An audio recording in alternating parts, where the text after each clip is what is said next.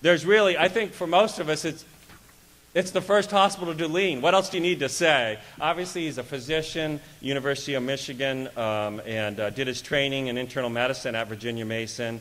He was chair and CEO of Virginia Mason since 2000. A lot of other things like chairman of MGMA, a big group, medical group management association, and just always a regular winner on these most influential physicians and health and in the modern healthcare and those things. I think really impressive for someone like myself involved in quality a long time, a recipient of the John Eisenberg Award from the National Quality Foundation and the Joint Commission. So please let us welcome Dr. Kaplan.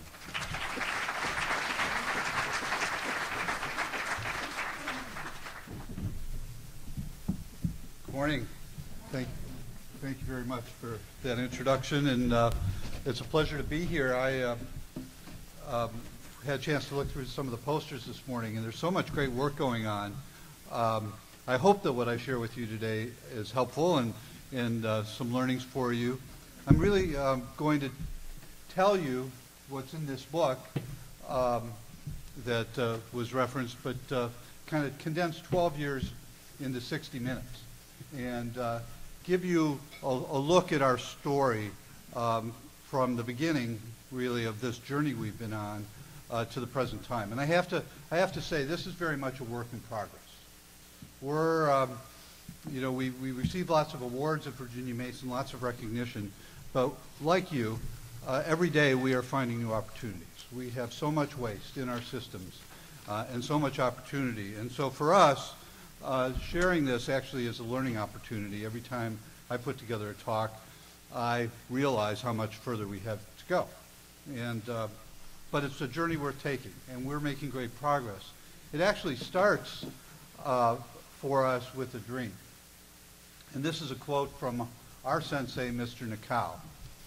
And you can imagine, I'm sure people in this room can imagine, because you've probably had similar experiences, what it's like to stand up in front of a group of 400 doctors and even use the word sensei. I mean, they thought I had lost my mind. But as you know, sensei just means teacher in Japanese. And we're very fortunate that Nakao, who's one of only 2 living students of Taiichi Ohno, the founder of the Toyota production system, has kind of adopted us as his healthcare place.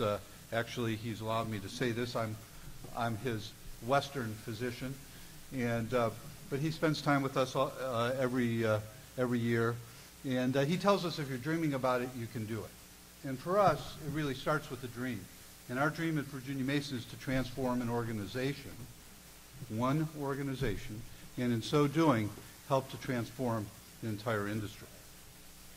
So for those of you who don't know much about us, we are, first of all, we're not a giant multi-hospital mega healthcare system. We're a medium-sized hospital in Seattle in the Pacific Northwest. We were actually founded by physicians. So we were one of a small group of clinics. Today some of you will go to Oxner, which is another one of the clinics that were founded in the late teens and early 20s in the Mayo Clinic model. So our founders came from the Mayo Clinic. I guess with all due respect to anybody from Rochester, they didn't want to live in Rochester in the wintertime. And in 1920, they found their way to Seattle and started the first group practice.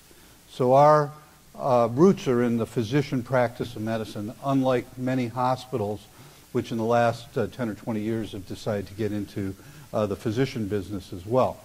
The founders built a hospital in 1922. We grew and we became a referral center in the Pacific Northwest, and today we're a major referral center. We have 500 employed physicians, but we're also the hospital of choice for Group Health Cooperative of Puget Sound, which is a large staff model HMO. Also Pacific Medical Centers, which is a group practice, 140 physicians in our community. We have an academic mission. In addition to our patient care mission, we have about 120 of our own residents, and I think of us as a bit of an academic halfway house. We have a lot of people who came from academic appointments or the NIH who practice at Virginia Mason.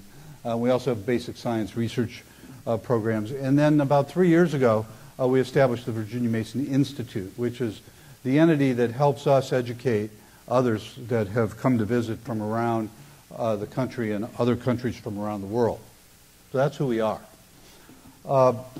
As Steve mentioned, I became a CEO in the year 2000. Now, I've been at Virginia Mason 34 years, my entire career. I came as an internal medicine intern and never left. That arguably was a good decision or not, but it is what it is. And in the year 2000, I became a CEO. I had been very involved in leadership for a long time, and it was an interesting time in our history. In 1998 and 1999, we lost money, double-digit millions, for the first time in our history. This was a very strong, great reputation group practice, and we had never experienced negative economics. And this caused, I think, a fair amount of consternation. People were wondering whether we were going to survive. We weren't going to go out of business in a year or two, but we were not on a very good trajectory. And we didn't have a giant, billion-dollar endowment like Mayo or Cleveland or places like that. And as hopefully you don't know, but in times of stress like this, it's often the best people in an organization that are the first to look at possibly leaving. And so it called into question a lot of our assumptions that we had made over the prior 70 years or 80 years. And